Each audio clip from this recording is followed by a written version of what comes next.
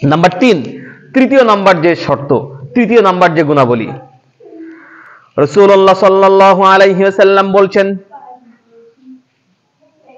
আল্লাহ রাব্বুল আলামিনের ওই আরশে আজিমের ছায়ার নিচে কিয়ামতের ময়দানে যারা স্থান পাবে, তার 3 নম্বর শর্ত, 3 নম্বর গুণওয়ালা মানুষ হলো তারা, ওয়া রাজুলুন কলবুহু মুআল্লাকুন ফিল মাসাজিদ, ওই ব্যক্তি যার অন্তরটা সব সময়ের জন্য মসজিদের সাথে জুড়ে থাকে। অন্তরের সাথে মসজিদ জুড়ে থাকার অর্থ কি? এই মসজিদটাকে আপনার মনের সাথে বেঁধে রাখবেন, দড়ি দিয়ে বেঁধে রাখবেন, এইটা অন্তরের সাথে মসজিদকে জুড়ে রাখবেন, আপনার অন্তরকে, এই মসজিদকে, মসজিদের ওই জানালার সাথে দরজার সাথে একটা দড়ি বেঁধে ওই দড়িটা আপনার গলায় ঝুলিয়ে রাখবেন, এইটা আসলে বিষয়টা তা নয়। মসজিদের সাথে অন্তরকে ঝুলিয়ে রাখা, ও রাজুলুন কলবুহু মুআল্লাকুন ফিল মাসাজিদ, মসজিদের সাথে অন্তরকে জুড়ে রাখার অর্থ কি? রাত, সারাদিনের কর্মক্লান্ত শরীর নিয়ে রাতে আপনি ঘুমিয়েছেন, ফজরের সময় মসজিদ থেকে মুয়াজ্জিন যখন আযান দিবে, আস-সালাতু খায়রুম মিনান নাওম, দেয় না আহ্বান? এই ডাক যখন আপনাকে মুয়াজ্জিন দিবে, আপনার এই বর্তমান হালকা হালকা শীত, একটা কম্বল গায়ে দিয়ে শুতে খুব আরাম লাগে। ওই শেষ সুবহে সাদিকের ওই সময় মসজিদ থেকে মুয়াজ্জিনের আহ্বান যখন আপনি শুনলেন, আস-সালাতু খায়রুম মিনান নাওম, ওই আরামের কম্বলকে ছুঁড়ে ফেলে দিয়ে ওখান থেকে উঠে, এই পানি ছুঁইতে এখন হালকা যে কষ্ট, আর কিছুদিন পরে যখন প্রচন্ড শীত এসে যাবে, প্রচন্ড এই কষ্টকে উপেক্ষা করে কম্বল থেকে বের হয়ে পবিত্রতা অর্জন করে মসজিদে এসে ইমাম সাহেবের পিছনে দাঁড়িয়ে লম্বা কিরাতে যে ফজরের নামাজ তিনি আদায় করবেন, এই ফজরের নামাজে শামিল হওয়া, এটাই হলো আপনার অন্তরকে মসজিদের সাথে লটকিয়ে রাখা। আমরা অনেক সময় দেখা যায় এত শীত, সারাদিন এত কষ্ট করলাম, রাত্রে একটু ঘুমাইছি, মসজিদে যাওয়ার এখন সময়ই নেই, আবার ঘুমাবো, এখন কি করি, কোন রকম উঠলাম, উজু কোন পাশে করলাম কি করলাম না আল্লাহ ভালো জানে, কোনো অনেক সময় ভেজে না, এরকম কায়দায় উজু করি, 3-4 মোরগের ঠোকর মার্কা সিজদা দিয়ে আবার লেপের মধ্যে ঢুকি। আছে না এক শ্রেণীর মানুষ? আর যারা নামাজ পড়ি না তারা তো গেছেই।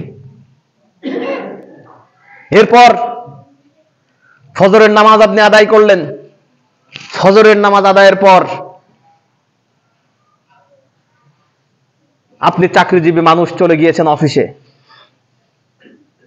আপনার অন্তর যদি মসজিদের সাথে লটকানো থাকে, যখন আপনি চাকরির জন্য টেবিলে বসবেন, আপনার হাতে একটা ফাইল সই করার জন্য আসলে, যে ফাইলে সই করে দিলে হয়তো যে ব্যক্তি এই ফাইলটা সই করিয়ে নিতে এসেছে ওই ব্যক্তির কয়েক কোটি টাকার হিসাব হতে, আপনি যদি অন্তরটা আপনার মসজিদের সাথে লটকানো থাকে, অন্তর যদি মসজিদের সাথে ঝুলানো থাকে, তাহলে ওই ফাইলের উপরে কলম, যে আপনার কলম কোনোভাবেই 10,000 টাকা 20,000 টাকার জন্য আটকাবে না, আপনি নির্দ্বিধায় নিঃসংকোচে ওই ফাইলের উপরে সই করে দেবেন, আপনার হাত একটু আটকাবে না। কিন্তু অন্তরে যদি মসজিদ না থাকে, অন্তরে যদি আল্লাহর ভয় না থাকে, তাহলে ওই ফাইলের উপরে খাতা যাবেন, ফাইল দেখবেন আর শুধু হাত টেবিলের নিচে যাবে, ফাইল দেখবেন আর হাত শুধু ওর পকেটের দিকে যাবে, ও কখন আপনার হাতে কিছু দেবে, বাম হাত দিয়ে আপনি সেটা নেবেন, পকেটে ঢুকাবেন, তারপরে খাতা আপনার ওই কলম আপনার ওই খাতার উপরে যাবে, ঠিক কিনা? আছে না? আপনার অন্তর যদি মসজিদের সাথে লটকানো থাকে, আপনার অন্তর যদি মসজিদের সাথে ঝুলানো থাকে, আপনি ফজরের নামাজ আদায় করে মসজিদ থেকে বেরিয়ে যাবেন, কৃষক মানুষ মাঠের কাজগুলো আপনি করবেন, অফিসার মানুষ অফিসের কাজ করবেন, ব্যবসায়ী মানুষ দোকানে আপনার ব্যবসা পরিচালনা করবেন, কিন্তু দুপুর যখন হয়ে যাবে, আপনার কানটা বারবার সজাগ হয়ে থাকবে, কখন যেন মসজিদ থেকে মুয়াজ্জিন আবার ডাক দিচ্ছে, হাইয়া আলাস সালাহ। এই চিন্তা আপনি সকল সময়ের জন্য করবেন, আপনার অন্তর, আপনার মন সব সময়ের জন্য থাকবে, আপনার কানটা ওইদিকে সজাগ হয়ে থাকবে। অফিসের চেয়ারে বসে আপনি সকাল থেকে কর্মক্লান্ত শরীর নিয়ে যে মুহূর্তে মসজিদের ওই আজানের শব্দ আপনি শুনবেন, হাইয়া আলাস সালাম, ব্যবসায়ী মানুষ দোকানে বসে যে মুহূর্তে আপনি শুনবেন হাইয়া আলাস সালাম, কৃষক মানুষ মাঠে কাজ করছেন যে মুহূর্তে আপনি শুনবেন হাইয়া আলাস সালাহ, সারা দিনের ওই মুহূর্তের সব কাজকে ফেলে দিয়ে, আপনার কাজ যেখানে যে অবস্থায় আছে ওইখানে ফেলে দিয়েই আপনি যখনই মসজিদের দিকে ছুটে আসতে পারবেন, জামাতে নামাজের নেশা আপনার মনের ভিতরে ধরে যাবে, জামাতে নামাজের টানের জন্য আপনি এই কাজগুলো ফেলে মসজিদে আসতে পারবেন। এটাই হলো আপনার অন্তরকে মসজিদের সাথে ঝুলিয়ে রাখা। আপনি জোহরের নামাজ পড়ে মসজিদ থেকে বেরিয়েছেন, দুপুরে খাওয়ার পরে আরামের ঘুম একটা দিয়েছেন, আপনি চিন্তা করছেন সকাল থেকে নিয়ে কত কষ্ট করে মাঠে কাজ করলাম, ব্যবসা করে কত কষ্ট আমার হয়ে গিয়েছে, এখন আর মসজিদে যাব না, আসরের নামাজটা বাড়ি পড়বো। এটাই মনে হয় অন্তর মসজিদের সাথে ঝোলানো নাকি? যদি আপনার অন্তর মসজিদের সাথে ঝোলানো হয় তাহলে কি হবে?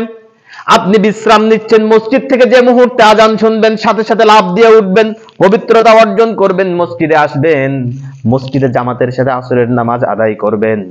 মাঠের খেলা আপনাকে তখন টানবে না, কোনো কাজ আপনাকে তখন টানবে না, বাজারের চায়ের আড্ডাও আপনাকে টানবে না। মসজিদে ইমামের পিছনে আগে নামাজ আদায় করবেন, তারপরে আপনি আপনার বাকি কাজগুলোতে যাবেন। সন্ধ্যা, সারাদিনের সমস্ত বিকালের যুবকদের খেলাধুলার পরে এই বিকালের সময়টা ইয়াং ছেলেরা খেলাধুলা করে। এই খেলাধুলার পরে মাগরিবের আজান দিয়েছে, আপনি চিন্তা করছেন এত কষ্ট করে খেলা করলাম, এখন আর নামাজে যায় কেনা। কিন্তু আপনার অন্তর যদি আল্লাহর রাসূলের হাদিস অনুযায়ী ওয়ারাজুলুন কলবুহু মুআল্লাকুন ফিল মাসাজিদ, অন্তরের সাথে, আপনার অন্তরের সাথে যদি মসজিদের সম্পর্ক থাকে, তাহলে আযানের শব্দ শোনার সাথে সাথে খেলাধুলো সবকিছু বাদ দিয়ে যে অবস্থায় আছেন পবিত্র একটা শরীর নিয়ে মসজিদে ইমামের পিছনে দাঁড়িয়ে যেতে হবে আপনার। এটাই হলো ওয়ারাজুলুন কলবুহু মুআল্লাকুন ফিল মাসাজিদ।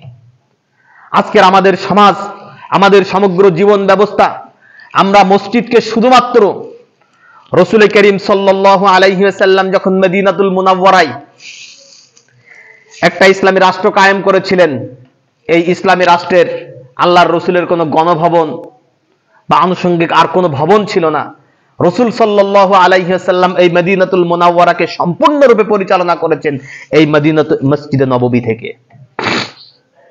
খোলাফায়ে রাশিদিনের সময় হযরত আবু বকর সিদ্দিক রাদিয়াল্লাহু তাআলা আনহু, তিনি যতদিন ইসলামী রাষ্ট্র পরিচালনা করেছেন খলিফা হিসেবে, সেটাও করেছেন মসজিদে নববী থেকে।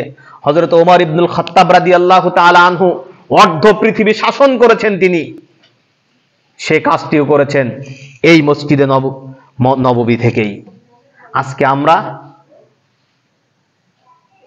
আমাদের সমাজের এক শ্রেণীর মানুষের বক্তব্য অনুযায়ী আমরা আমাদের সামাজিক কাজগুলো, আমাদের রাজনৈতিক কাজগুলো, আমাদের বিচার ফয়সালাগুলো সবকিছুই আমরা মসজিদ থেকে বাইরে নিয়ে যেতে যেতে এত দূরে নিয়ে চলে গিয়েছি।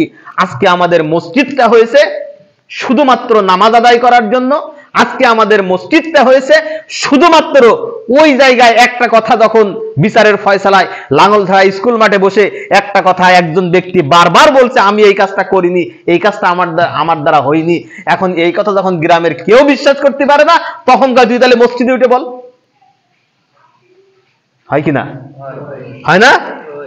যখন কেউ ওর কথা মোটে বিশ্বাস করে না আর ও কথাতে মোটে নড়েই না, তখন বলে তুই তাহলে যে এই কাজ করিসনি, তুই এই জিনিস নিসনি, তাহলে মসজিদে উঠে বল। সম্মানিত হাজিরিন, আপনি তাকিয়ে দেখুন রাসূল করিম সাল্লাল্লাহু আলাইহি ওয়াসাল্লামের সেই সোনালী সময়ের দিকে, যে সময় সম্পর্কে আল্লাহর রাসূল সাল্লাল্লাহু আলাইহি ওয়াসাল্লাম বলেছেন, খয়রুল কুরুনি করনি, আমার এই যুগটি হচ্ছে সর্বশ্রেষ্ঠ যুগ।